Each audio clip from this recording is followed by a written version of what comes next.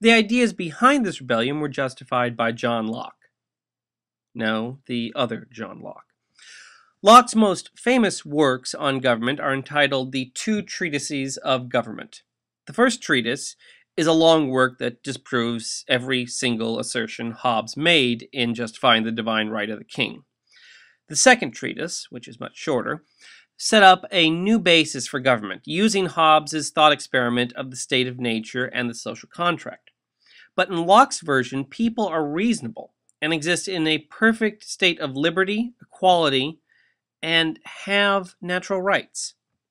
The second treatise on government held that in the state of nature, man is a reasonable creature that is born with natural rights given to them by God, most notably life, liberty, and property. However, people being reasonable realize that there are certain things they cannot get without cooperation, and thus government is born out of a social contract. But as Locke is the most central basis for the Declaration, let's spend some more time on his argument. The state of nature, for Locke and for Hobbes, was imagining a place that never existed, but would give us a look at what human nature is when there is no society to hold us back. The more common way to look at it is if a group of people are stranded on a deserted island with no government, how would they act? You can see the image of this metaphor played out in the book Lord of the Flies or in the TV show Lost. Both are discussions of what is the state of nature. Would they begin killing each other as Hobbes suspected?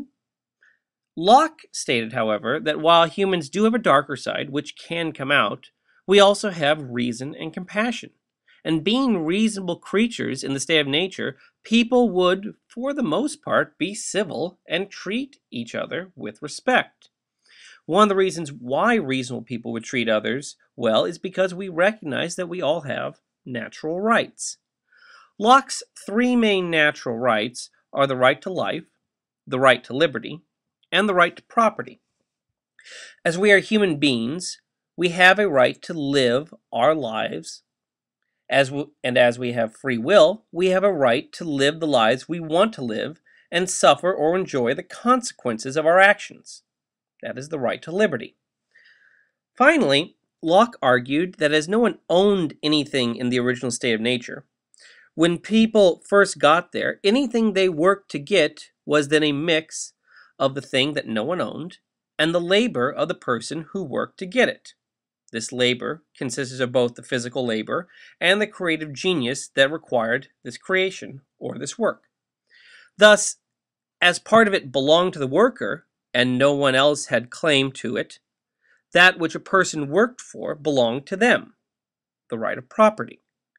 This is an important right for Locke because as Locke saw property as an extension of yourself through your physical and mental work, and an attempt to unjustly take away your property was seen by Locke as an assault on the person itself.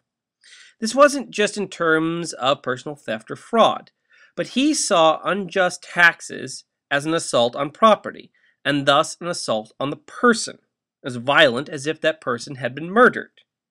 This would later take the form of the rebellion in America against unjust taxation.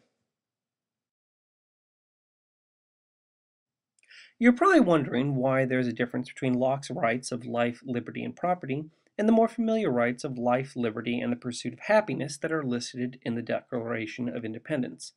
The reason for this is that when Jefferson used the term pursuit of happiness, he was using the word happiness in a very old philosophic way. In ancient philosophy, happiness was not just the feeling of being happy. It is a life that has every good thing in it. The philosopher Aristotle defined happiness as a life that is filled with moral and intellectual virtues, true friends, and all the physical good one could logically want or need, among them health and an adequate amount of property, also called wealth. So when Jefferson says that you have a right to the pursuit of happiness, he means that you have a right to property and a right to pursue everything else you need in life to be happy. Now, Locke did state that there would be people in the state of nature who would not be rational and respect the rights of others. But unlike Hobbes, Locke thought that these people would be in the minority. These few violent people would enter into what Locke called the state of war, as opposed to the state of nature, which is rational. In doing so, they forfeited their own natural rights as they did not respect the natural rights of others. To Locke, anyone in the state of nature had the right to punish an offender in the state of war. He saw that people would realize this system would be inefficient and join into what he called the social contract.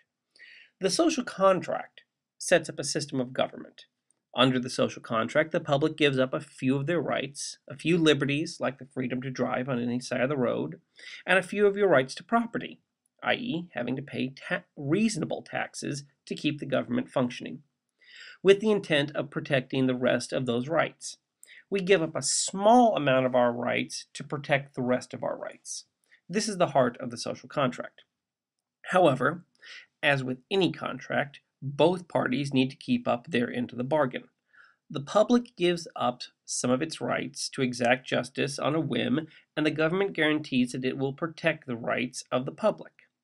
Locke maintains that if a government does not protect the rights of the people, then the people have the right to rebel against their government, in effect dissolving the previous contract with the intent of creating a new one.